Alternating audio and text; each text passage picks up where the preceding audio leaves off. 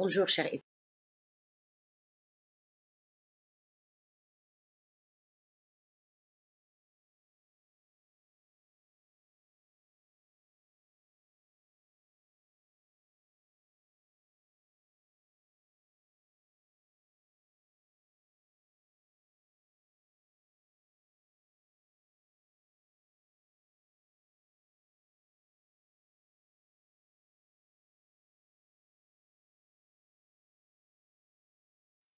Après avoir défini le terme concurrence, nous enchaînons sur notre cours et nous allons voir la nature de la concurrence protégée. Alors, nous avons la concurrence intermarque. Il s'agit d'une concurrence entre entreprises qui ont mis au point des marques ou des labels pour leurs produits afin de les distinguer des autres marques vendues sur le même segment du marché. Prenons l'exemple de Coca-Cola et Pepsi. Donc, deux produits, mais il fallait les démarquer par rapport à la marque et au label. C'est ce qu'on appelle la concurrence intermarque.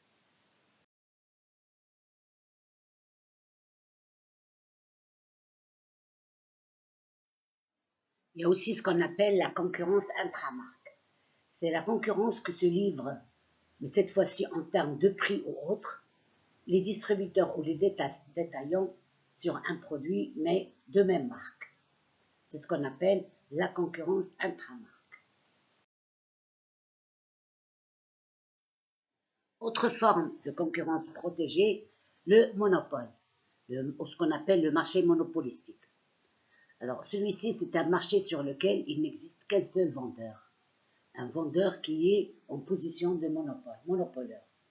Et qui, en absence de concurrence, il est en position dominante. Néanmoins, il ne faudrait pas qu'il abuse de cette position. C'est ce que nous allons voir par la suite. L'oligopole, ou ce qu'on appelle le marché oligopolistique. Alors, ce marché est caractérisé par un nombre très limité de vendeurs en face d'un grand nombre d'acheteurs, mais qui ont conscience de leur indépendance pour adopter des stratégies ou des décisions stratégiques.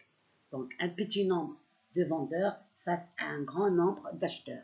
C'est l'oligopole. Cependant, la concurrence efficace ou effective, ou ce qu'on appelle workable competition, est protégée par les institutions de l'Union européenne et qui vise à sauvegarder une structure de concurrence légale qui puisse offrir aux tiers, aux consommateurs, un nombre suffisant d'alternatives. Pour cela, je vous prie de consulter la page 20 du livre.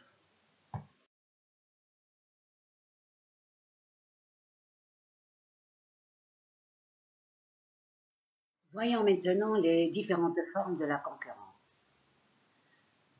Premièrement, la structure de la concurrence protégée. Celle qu'on vient de voir, nous avons la concurrence intermarque et la concurrence intramarque. Il y a la concurrence actuelle, c'est-à-dire celle qui existe entre entreprises sur un marché donné et à un moment donné, c'est-à-dire en fonction de circonstances assez particulières, comme ce qu'on vit actuellement, le confinement. Et nous avons la concurrence potentielle, qui est l'aptitude d'un opérateur à pénétrer sur un marché sur lequel il n'est pas encore présent. Donc, il se prépare, une concurrence qui se prépare pour une future pénétration sur un quelconque marché.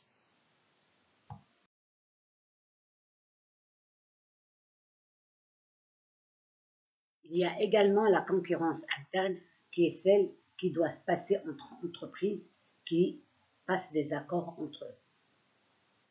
Il y a aussi la concurrence externe. Alors celle-là, c'est celle qui doit exister entre des entreprises qui participent à un accord et des entreprises tierces à cet accord, c'est-à-dire un peu plus large.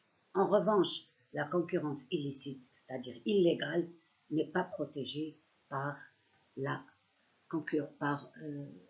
politique de la concurrence européenne.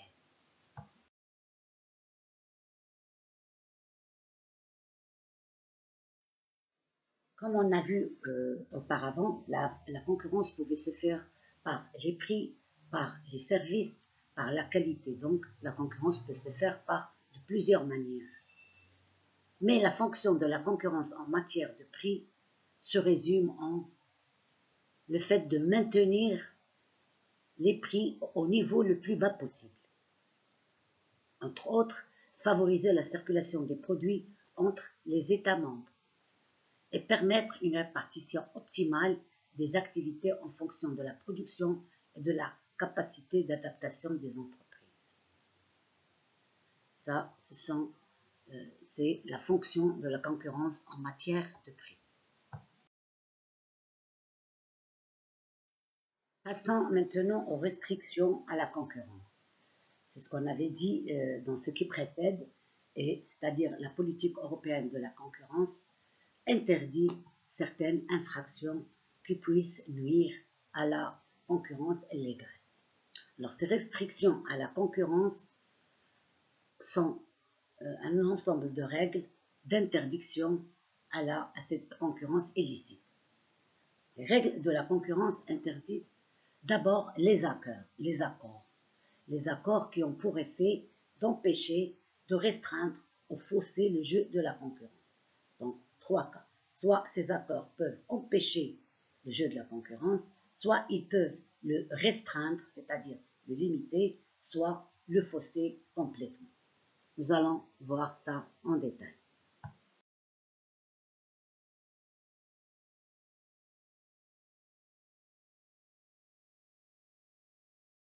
Prenons d'abord le cas où le jeu de la concurrence est empêché.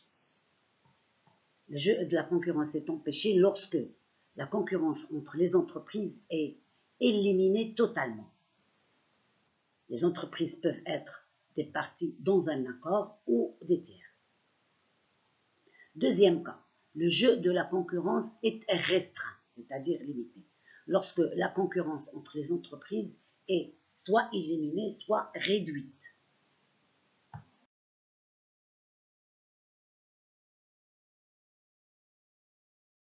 Le deuxième cas est celui où le jeu de la concurrence est faussé, c'est-à-dire que les entreprises concurrentes sont placées dans des conditions de concurrence illégales à cause de l'accord. Donc, cette concurrence faussée, ce jeu de concurrence faussée a de très graves répercussions sur le marché.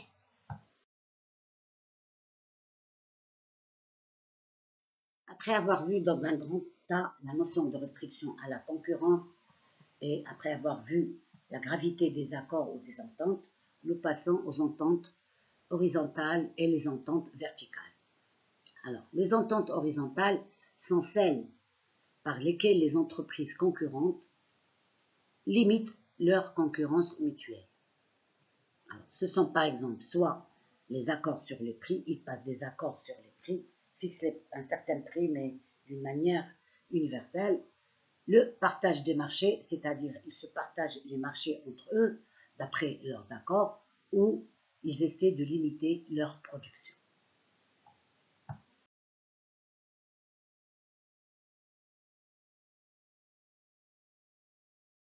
Alors, si les ententes horizontales se nouent entre des entreprises de même stade ou de même catégorie d'activité, les ententes verticales, par contre, sont celles où des entreprises qui se trouvent à des stades différents de la production ou de la distribution. Alors, ça peut être soit un producteur de matières premières ou un distributeur de matières premières ou un producteur ou un intermédiaire ou un distributeur. Donc, ils se trouvent à différents stades de la production ou de la distribution. Et ils décident de limiter la concurrence entre l'une d'elles et les tierces. C'est ce qu'on appelle des ententes verticales.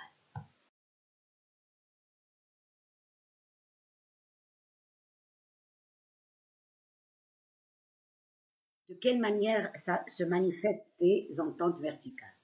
Alors, ces ententes verticales peuvent revêtir plusieurs formes.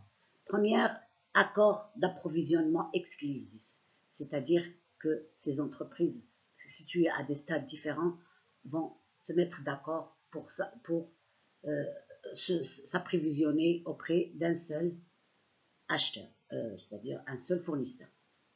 Deuxièmement, accord de distribution exclusif, c'est-à-dire qu'ils vont passer des accords pour ne distribuer qu'à certaines personnes ou certaines régions ou certaines entreprises. Troisièmement, des accords de distribution sélective. Tout à fait, donc ils vont faire un choix pour leur marché de distribution. Et en dernier lieu, nous avons les accords de prix de revente imposés. Donc, ils vont imposer leur prix de revente sur les distributeurs ou les détaillants. Passons maintenant à ce qu'on appelle les restrictions caractérisées. Alors, ces restrictions caractérisées, ce sont les restrictions de concurrence très très graves et qui ne produisent généralement aucun effet positif.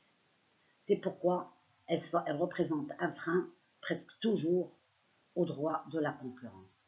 Elles enfreignent le droit de la concurrence et créent une situation de marché illégale, faussée et empêchée.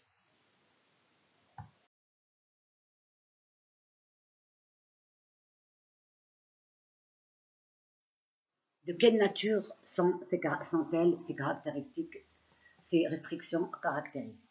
Alors, ces restrictions caractérisées peuvent être soit les accords sur les prix, soit le partage des marchés, comme on a déjà vu, soit la limitation des quantités de biens et services devant être produites, achetées ou fournies. En un mot, il s'agit des ententes horizontales qu'on a déjà vues auparavant.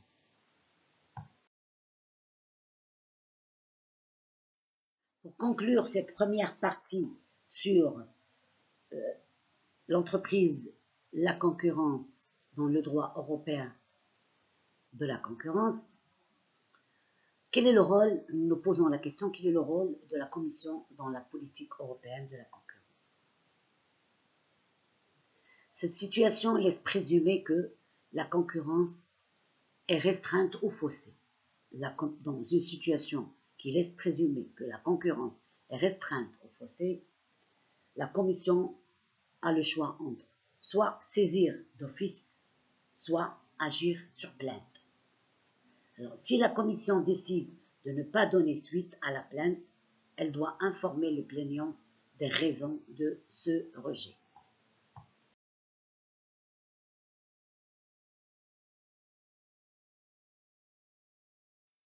Dans le deuxième cas où la Commission décide d'enquêter, à ce moment-là, elle peut choisir d'adresser des demandes de renseignements aux entreprises, soit de recueillir les déclarations de toute personne physique ou morale qui accepte d'être interrogée par elle, ou bien encore effectuer des inspections dans les locaux des entreprises. Ce sont les trois procédés par lesquels la Commission peut entamer ses enquêtes auprès d'une entreprise qui se trouve dans une situation de concurrence illicite.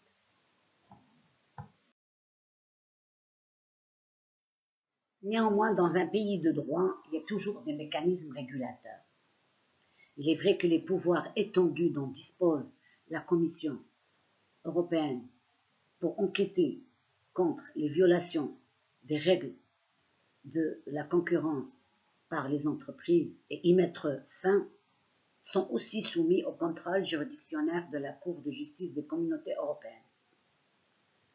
La preuve, c'est qu'il n'est pas rare que des entreprises et des États membres saisissent ou ont saisi la Cour de justice, parfois avec succès, contre des décisions abusives de la Commission. Et vous allez relever ça dans les exemples que vous allez trouver dans le manuel sur les pouvoirs de la Commission de la concurrence européenne. Alors, pour le suivi de vos cours, veuillez consulter, chers étudiants, votre plateforme e-learning de l'établissement ISTH, www.isthmaroc.com, pour le suivi de vos cours. Et au revoir, à bientôt.